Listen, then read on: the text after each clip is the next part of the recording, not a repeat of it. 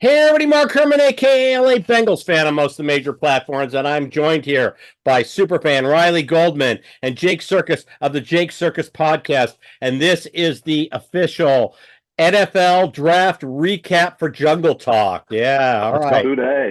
Who day? Well, let's get right into it. You know, I had said in our pre-draft show that I was good with Mims, Lathan, or Murphy. Murphy got to 16. He got close. Yeah. And then he probably gets to us at 18 if the Seahawks don't take him, because I don't think Jacksonville drafts a defensive tackle. So we were close once again, but we ended up with Mims. I'm actually happy with Mims. I know that on our preview show, your dad was kind of down on Mims, but we don't have to rush him into the starting lineup. And if he does, if his injury concerns are a thing of the past, I mean, I think we got great value at 18 there with Mims. What are your thoughts, guys?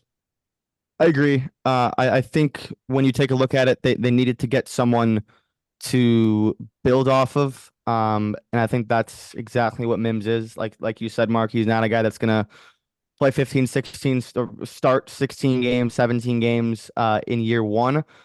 But he fits the mold that the Bengals like to do. He's gonna bring athleticism to the outside. He can play left or right tackle. I think Zach Taylor already has said that he's going to rotate in left and right tackle in camp and OTAs and see, kind of throw a lot of stuff out there and see what sticks with him, because he's such a big bodied guy and he has some versatility. But he for sure has the talent and the mold to become a long-term starter at a position that the Bengals have not spent a premium pick on since 2019, and now that player is gone. Right. So there's no real elite pedigree on the offensive line outside of a couple of, prize free agents like, obviously Orlando Brown and the guys that we've signed the last couple of years who are coming on the end of their contract. So this was a great reset for the offensive line, a guy that's should play a lot over the next 5-6 years as a Bengal at a very important position. So I think it's a perfect use for when you're picking in the middle of the first round, because when you're in the middle of the first round, you can see, okay, yeah, maybe we get a top 10 guy that falls like Dallas Turner. You come one pick away from him. I don't know if the Bengals would have taken Dallas Turner if he was there. I would have drafted the fuck out of Dallas Turner if Right. if the Seahawks hadn't taken him. But knowing the Bengals, Mims was probably their guy throughout the whole process. They got him, so you really can't be too upset about it. Right. I mean, for someone that size to be that athletic, it's almost a no-brainer. For who was left in the rest of that first round, for our needs, I mean, yeah, we could have reached on a different position. In theory, we could have taken Newton, but definitely not in the first round. But for getting him at 18, he could have gone way higher if the injury concerns or his lack of starts or whatever the reason he fell. A man that size, that athletic should not have fallen as far as he did. So it's a huge pick for us. Yeah. Before I forget, Jake, tell them where they can find your stuff. I forgot to do that in the beginning. Yeah, follow me on Twitter at Jake Circus, Sarkus for the last name. Jake Circus podcast season 4 will be back in July when football comes back. That's crazy. But yeah, Jake Circus podcast, Spotify, and YouTube. If you want to go back and find some old pods, you can. But baseball, gambling picks, we'll get to NFL futures and all that stuff starting in June and July. So yeah, it's a little bit of a dead period right now, but we all deserve it for the grind that we go through. Yeah. From August to March, ending with the best tournament on the planet. So I'm getting a lot of sleep over the next couple of months. That's for sure. Good. Rest up. So Riley, tell me where they can find you. Yeah, on Twitter at sportsball with 3 L's at the end. Should be starting next week, writing for fanfunded.io. It's a sports betting site. Check that out. And then hopefully start spreading what I write.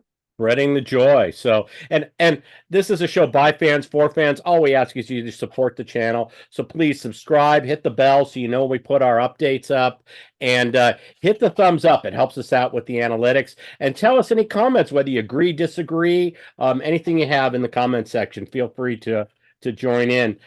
So we'll jump down to the next pick. We got our tackle. And that was Chris Jenkins. And like I said, I was happy with this pick. I don't know about you, but Yeah, this guy got a PhD from the Chris Jenkins is my dad university growing up. So certainly got a great pedigree. I was, really comfortable with we said in the preview show, whatever we didn't get in the first round, we were going to take in the second. So right there, was a Michigan D tackle waiting for us. So yeah, I mean, I don't really understand the hate that this pick got. We mentioned that if they didn't take one in the first 2 rounds, they weren't going to get one, period. So they found themselves in a position where they were a little bit handcuffed.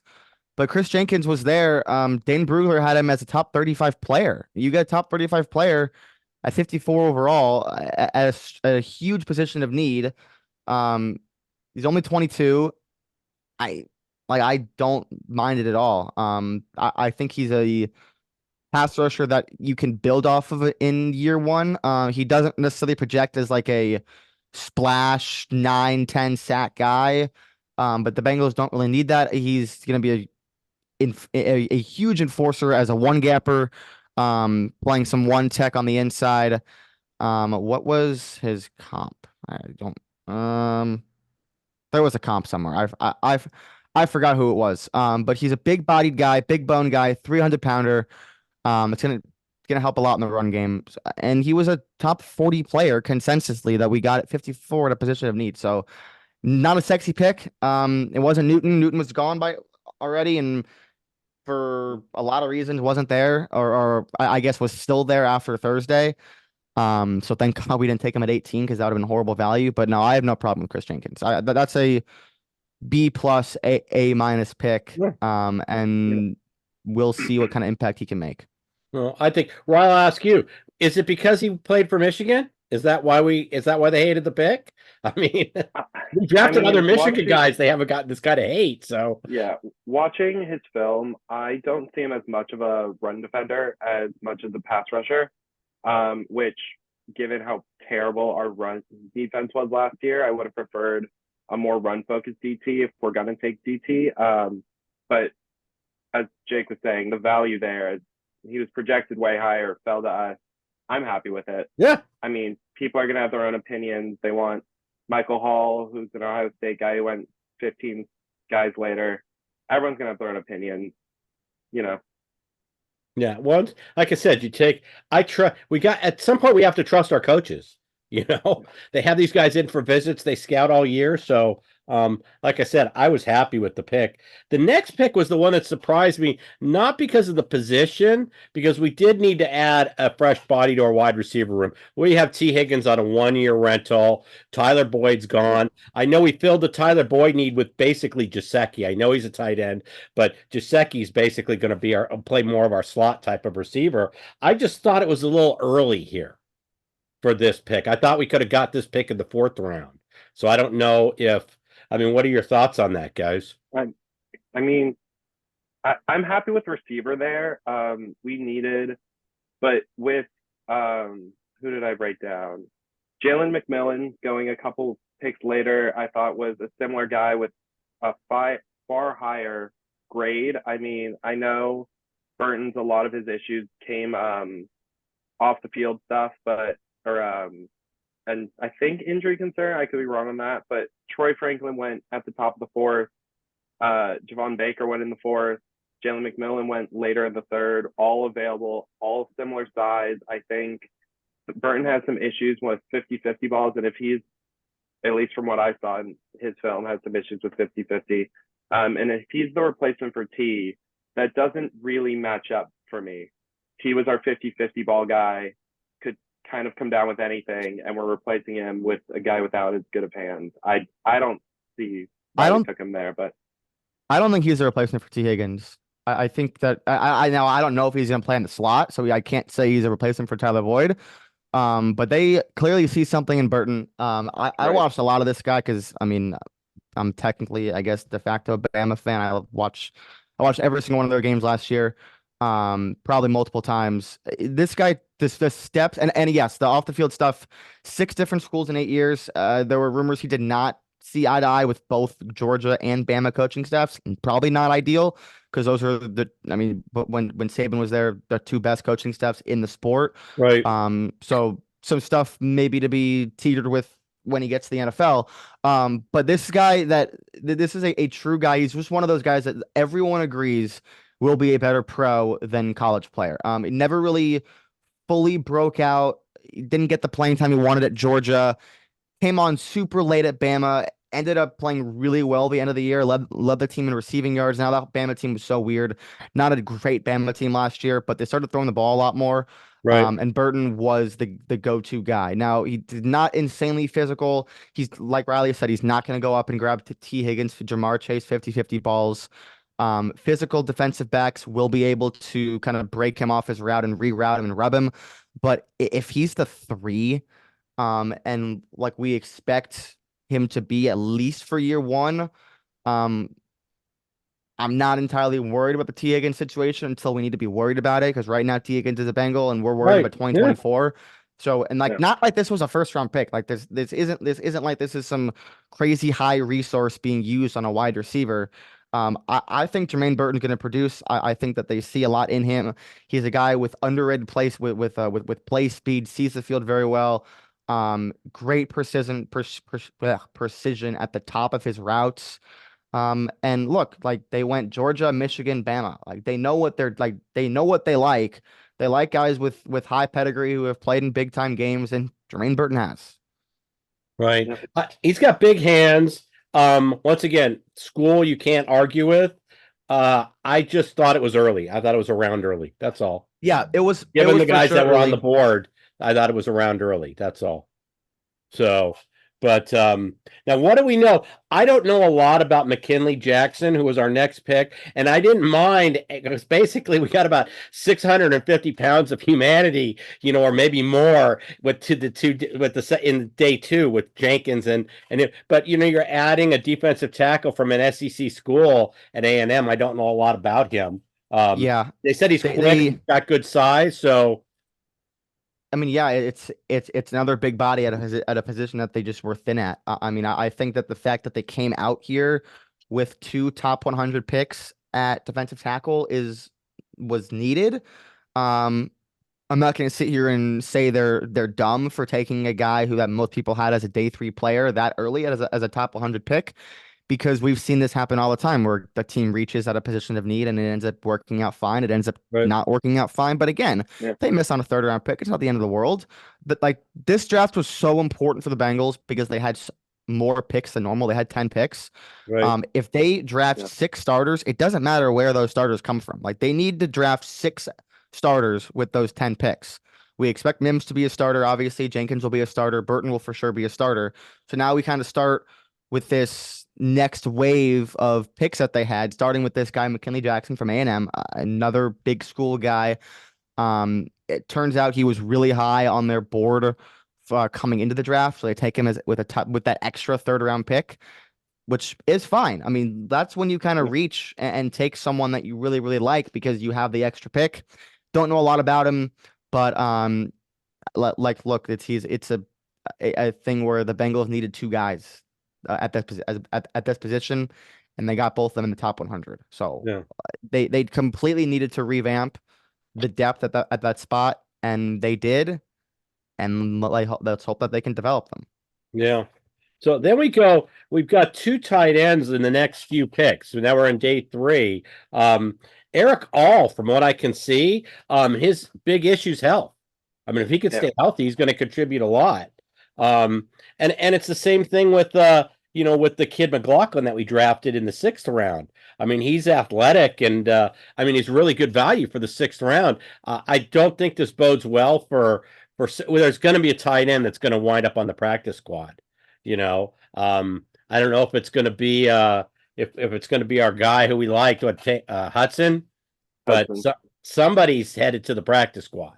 We're not going to carry all 3 tight ends. So, but definitely, if he could stay healthy, we got a great value there, and we got a great value with McLaughlin in the 6th pick. If he pans out. So, I think McLaughlin was the better pick.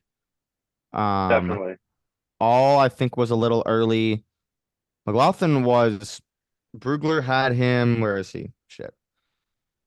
Oh yeah, Brugler had McLaughlin as his seventh tight end. He had Eric All at 11. 11. I love Tanner McLaughlin. I mean, this was a really really fun pick. Yep. Like he's old. He's really old. He's 25. He is It's funny when very you say old. that. I'm 60, so when you say somebody's Yeah. really old at 25. But like McLaughlin is a guy that blocks and can catch passes, so he does a little bit of both, and he's experienced. He's played a lot of college football, so he comes in. He should be ready to play. I think McLaughlin has a better. I think McLaughlin will make the roster. Eric All missed the last 7 games of the season with ACL stuff. I don't know if he straight up tore it, but he missed the last 7 games of the year with a knee injury. So we'll see if he's healthy heading into rookie minicamp. So obviously we'll see. But I expect Tanner McLaughlin to be on the roster and to catch passes from Joe Burrow this year. I think that could be maybe the best value pick the Bengals made. Yeah, it kind of, when I watched some of his film, it kind of reminded me of CJ Uzama, in terms of the way he, just the body type, the size, and the athletic ability. So maybe we'll see some of that similar kind of playmaking. I don't know. But at good value in the 6th round. We jumped over Josh Newton, who was a cornerback. I haven't read anything but good things about him. Press corner, smooth. Yep. Yeah, so once again, seemed like very good value in the 5th round, and we kind of I was happy with this draft because we checked all the boxes. I mean, we said before this, I think 2 episodes before our preview, we talked about how the Bengals have pretty much shown their hand. We knew exactly what they needed, how they were going to play it, and then we said, they're going to go defensive tackle, or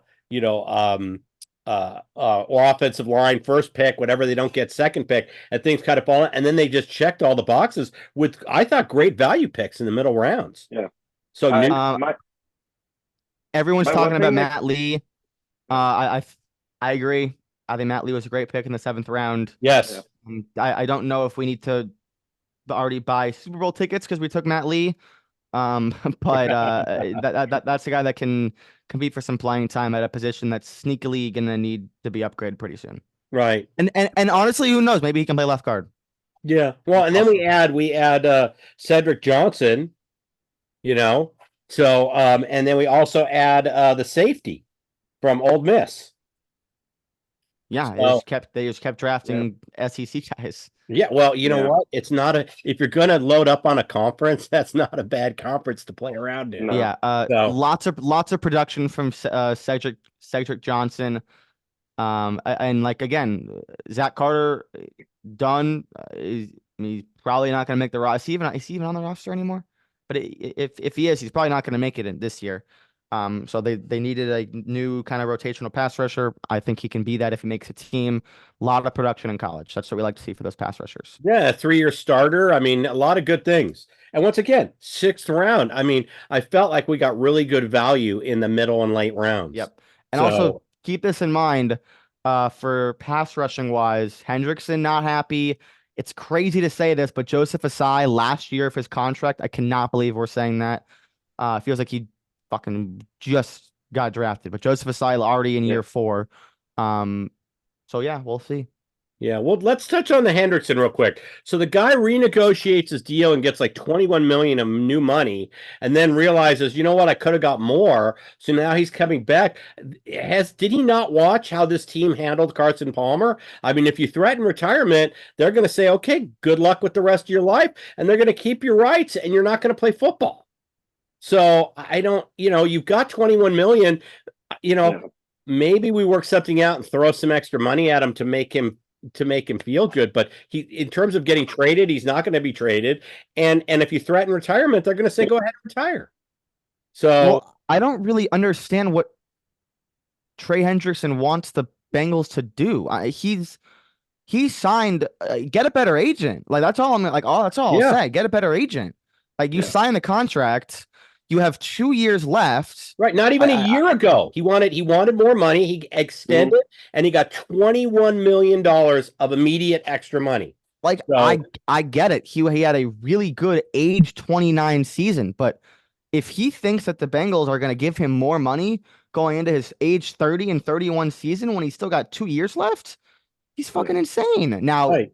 if they trade him, that is a problem because they did not. Now, if they drafted Dallas Turner, we would be in a different spot here, but they don't have a replacement for Hendrickson, so they can't trade him like that. They can't trade him. They won't trade him. I think he eventually comes down to earth, and I think he's going to play for us. Like I said, the Bengals have no intention, and the Bengals are one of those teams that their attitude is you play your contract. You know, when you have 2 more years, we're not one of those teams that has a huge last year to make your numbers look good and then release you early. Pittsburgh does that all the time with, Joey Porter, Ferrier. They cut them all in there before their last season. We don't do that. We expect you to play out your contract and we'll pay you. So the Bengals are expecting him to play. I think eventually he comes back, but it was certainly something we didn't need, I think T. Higgins plays under his franchise tag, but yeah, so there we are. And then I wanted to say something about Cedric Johnson also is everything that I'm reading, he has all the tools, he just hasn't put it all together. So I think the coaches saw something that they can, because everything's there. So I mean, I would call him a mini project with huge upside is what I would call Cedric Johnson. So that's what a 6th-round pick is. You want guys that have that level of upside. You just have to coach them up for a couple of years.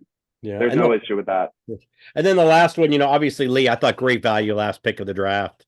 I mean, guy's a 4-year starter. We have a backup center now. I mean, essentially. So yeah. So overall, quickly, biggest surprise, because I know Jake has to go.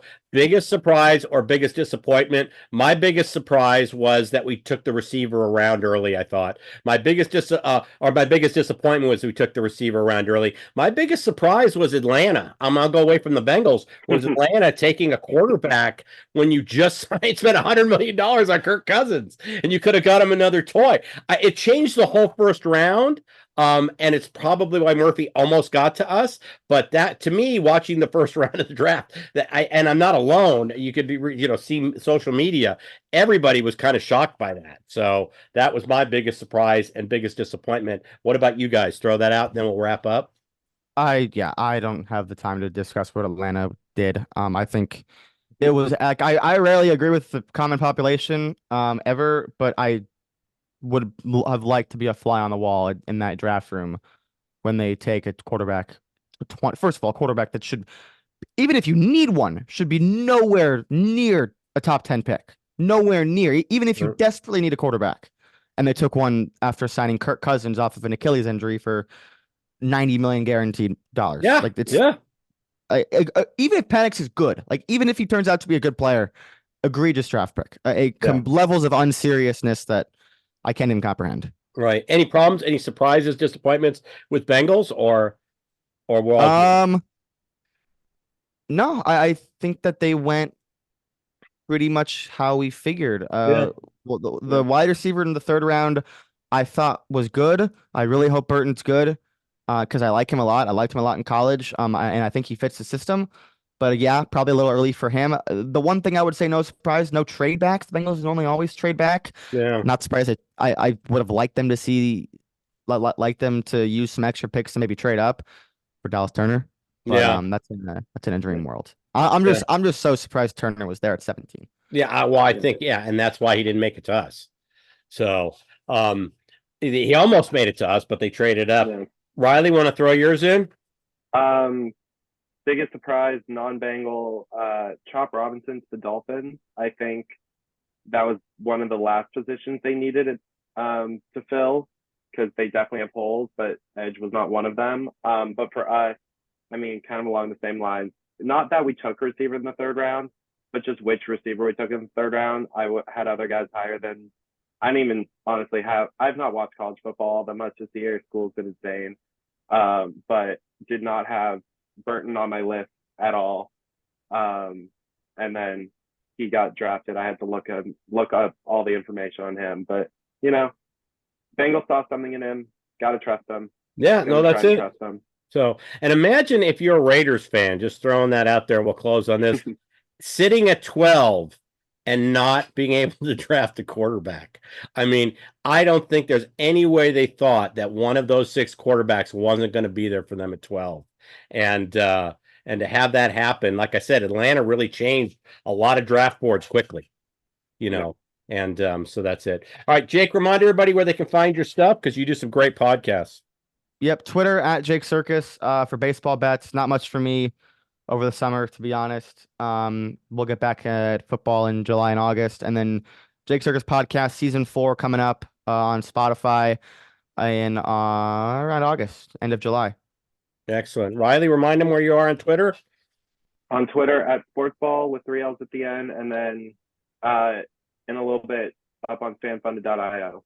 Excellent. All right. And if you don't support the channel, please support the channel. It's all we ask. Show by fans, for fans. Make sure you hit the subscribe. Make sure you hit the bell so you get our alerts because we'll be doing stuff as news breaks. We'll be uploading more episodes. We do previews, recaps throughout the season, every game day. So, make sure you hit us and hit us with the thumbs up. Helps us out with the AI analytics. So at YouTube. So with that, I'm going to say, hoo day, everybody. And we'll see you in the next episode. Take care.